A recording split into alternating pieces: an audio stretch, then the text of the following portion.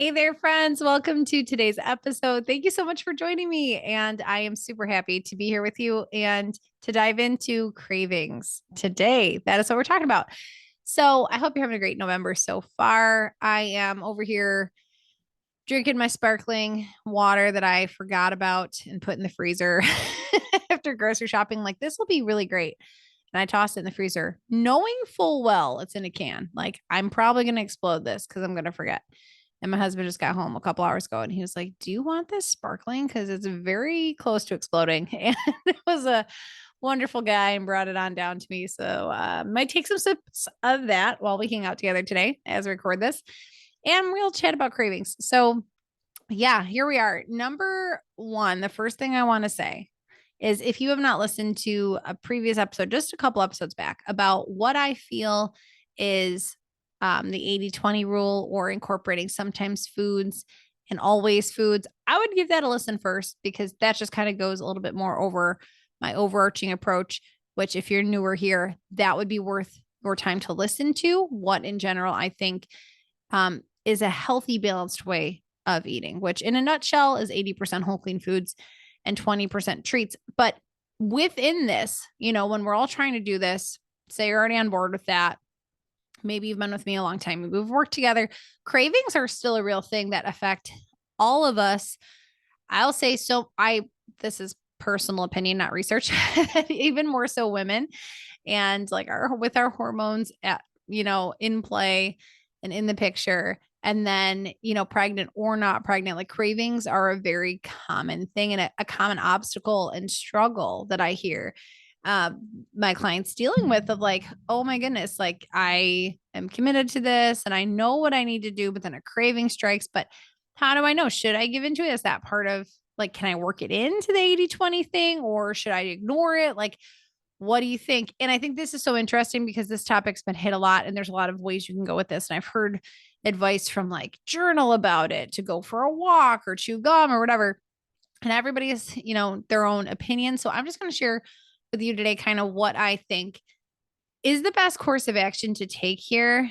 And sometimes that's actually allowing yourself to enjoy what you're craving. And sometimes that's telling yourself no right now. And that's kind of my whole approach with this 80-20 thing is that sometimes, to actually eat 80-20, you do have to tell yourself no sometimes. If you're thinking like, I want a donut and I want kettle chips and I want ice cream, like you're going to end up being 50-50 in your nutrition, 50% whole clean food and 50% treats and indulgences, right? So it's always picking and choosing. And then same thing if you're making sure that you're balancing out your macros within that and making sure you get a good amount of carbs, fat, and protein, you have to pick and choose. Some things like you might want are higher in carbs and fat, but you haven't hit your protein yet today. So you've got to prioritize protein. Like it all still comes down to sometimes telling yourself no, right? But what does it look like? Like, should you be fighting or wrestling with these cravings? I do think cravings are a different conversation from emotional eating because oftentimes emotional eating, like we just get sucked into whatever's right there. Like we just need to feel in control or distracted or numb or different reasons why we might emotionally eat. But speaking from my own personal experience, the two have not been the same. Like a craving's more like, ooh, I either hear something and I want that. Like you see a commercial, you're like, I want that right now. Or that's how it works for me pregnant usually is like seeing it or smelling something. Then I'm like, ooh, I need that right now. And again, this is pregnant or not pregnant. So I think they're two different conversations. So I'm not really talking about emotional eating today. I have done past episodes on that, but more just about when a craving strikes, what to do. So say you do see or smell a commercial, maybe you just are watching football, minding your own business, and you see like a Taco Bell commercial and you're like, wow, that looks great to me for some reason. Or, sometimes like they really do. Like, what are you actually filming? Because that is not the same product you're selling, whoever it is. I'm not ragging on Taco Bell. But say a craving comes up somehow for a certain food and it's not the healthiest. It would definitely be in your 20% treat category. All right.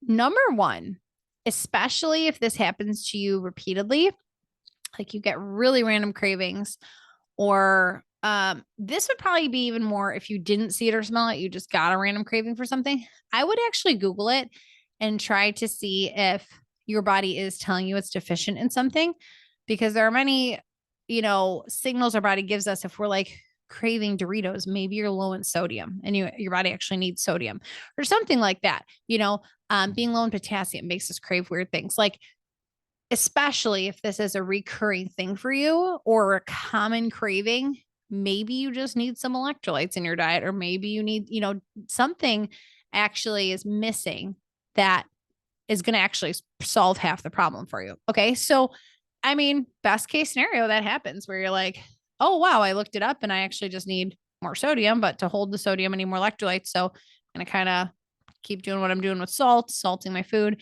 and taking some electrolytes, like problem solved. Awesome. Okay. But that's not always the case. It's not always that easy. End of podcast. No. So on to the next. If you have a hankering for a food that isn't the healthiest option, again, it would be like in your 20%, and you haven't planned for it, like you have not worked this into your day, so it would not fit in 80/20 or into your week. This would be too much, like overdoing it. Say you've already, had a full day of eating and you should be full, but you're not. And now you have a craving for this food. Say it's like nighttime and you want a chicken finger sub, whatever. Could you make it healthier? Could you make a healthier version of that? So even though, like, maybe quote unquote, your calories would be like over because you haven't planned for it and whatever, you are still having a healthier version of the thing. Or say like you planned your perfect day that's going to fit all your macros, your carbs, fat, and protein, but it gets down to it and you just really don't want it. Like I did this not too long ago when I got to dinner, and it was some kind of chicken stir fry thing. And I'd already made it. Like it was for the family. I hadn't eaten though with them because of whatever. I had something to go to. So when I came home, that can also be a factor, is time. This is why we tend to crave different things at night. I was eating late. This is a great example of this and why you shouldn't do this. And by then I didn't want the healthy chicken stir fry. I wanted pizza. But I didn't want to just like go order fast food pizza or something like that. So I made little English muffin pizzas. I had English muffins in the freezer, so a little, sauce, cheese, pepperoni. It was not what I had planned to eat that day. I had not planned it in, but it wasn't the worst thing I could have had. And I definitely saved a lot of calories and carbs and fat by and trans fat and all of that, whatever. The not so great for us fats, by making it myself and making it healthier. So I love, this is probably my very favorite tip to use for cravings in general, is like, can I make a healthier version of that? Pumpkin spice lattes, like huge sugar bomb from Starbucks, whatever. Can I make this healthier? I'm sure you can. I'm sure TikTok has a video for that. But those kinds of things, like I love doing cauliflower pizzas. I am a big pizza person. So sometimes we are making real pizzas. I'll make crust from scratch. We'll do that, or we'll have pizza out now and again. But cauliflower pizza is a great one when I'm just craving something. I could pop it in the oven. Chicken fingers, like if you are a chicken finger person, these are like just some common hankerings I feel like people have. You can make a ton of different really good homemade chicken fingers, things like that. So open your mind up to, can I make this in a healthier way? Sometimes too, like if I am craving ice cream, we don't usually just keep ice cream in the house. I'll make my little protein banana ice cream because it's the closest substitute I can get to, right?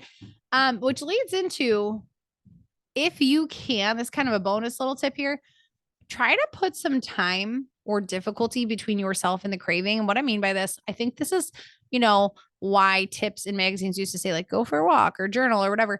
Just make it a little harder on yourself, especially in today's day and age, to actually fulfill your craving. Because right now we have DoorDash and we have drive-thrus and we have all these really easy ways to get the food that we want immediately. And there have been times where I've had a craving and thought like, I want to go get that right now, but it wasn't convenient. Like I was home alone with kids, so I'd have to bring the kids out to get it, or it was late and they were already in bed, but I had this craving. And if I just gave into like but I can DoorDash it, or, but I can Uber Eats it or whatever, get it delivered. Like, yeah, I'd have it on my doorstep in like a half hour and then I wouldn't even have had to think about it. But sometimes the difficulty makes it pass. You can't give into that craving. I've thought that before. I've thought like, there's no way I can do this tonight, but tomorrow I'm for sure going to like order some chicken wings. And then by the time the next day comes, I'm like, don't even want that anymore. No big deal. Like it has passed. So try to put some time or difficulty between you and the craving. And then lastly, if you've kind of gone down all these things, you've Googled it, you're not deficient in anything, that wasn't it, there's something that you really can't make healthier, don't want to make healthier, it's a weird substitution. The last step is to let yourself have the thing in moderation. Okay. There is another answer. It's not black and white of like, do not let yourself have the thing and absolutely indulge and overindulge and engorge yourself on the thing. There's a middle road here that's like, yeah, enjoy it in moderation. If you're really craving ice cream and your husband's out and he's on his way home from work and you've had a day and you really just want to eat some Ben& Jerry's ice cream, you're like, can you grab me a pint of ice cream? But then when you get it, portion it out into a different cup. Like, don't eat it out of that pint. A pint is not really a serving for most of us. Most of us do not have that many calories to play with. And, that is like, I think sometimes that's the idea. It's like, we are going all in or all out, like the cheat day kind of a thing, like the whole pizza. There's a middle road. You can have the real thing. And I think this is also really effective, even though I shared that probably my most go-to tip is, can I make a healthier version of it? Sometimes the like knockoff versions of something don't cut it. And we would actually be more satisfied by having the real thing. Like, for example, some weird knockoff sugar-free kind of chocolate, not going to hit the spot like just having a couple squares of a real chocolate would. Okay. It's totally different. So I hope that's helpful. I hope that also gives you a little bit of permission and maybe more of a perspective on like this overall relationship with food. It's, to me, someone just asked me this the other day. To me, having a good relationship with food means that you are not feeling guilt or shame around things that you're eating. You're also not feeling totally out of control with things that you're not feeling like if a pizza's put in front of you, you can't help but eat the whole thing. Or, you just, it just comes back to that control. Like, you can't control yourself around food, or you have bad feelings if you just have one cookie, but you then feel bad about it. I think that where I'd love for all of you to get and to be able to live is that you feel okay with the fact that you sometimes have treats and you can enjoy the treats without guilt or shame, but you also are not like a wild animal let loose at a buffet when there's food available. I think that's fair. I think that being a middle ground of that is what we all shoot for. All right. Next episode, this is not going to apply to everyone, but I've had many requests for it, is for me to share a little bit about how I'm preparing for birth and postpartum times. And so I will share that next episode. But if that's not your jam, just catch us again in a couple. Until then, I hope you have a great rest of your day. I hope you're having a great little holiday season so far. And I'll talk to you next time.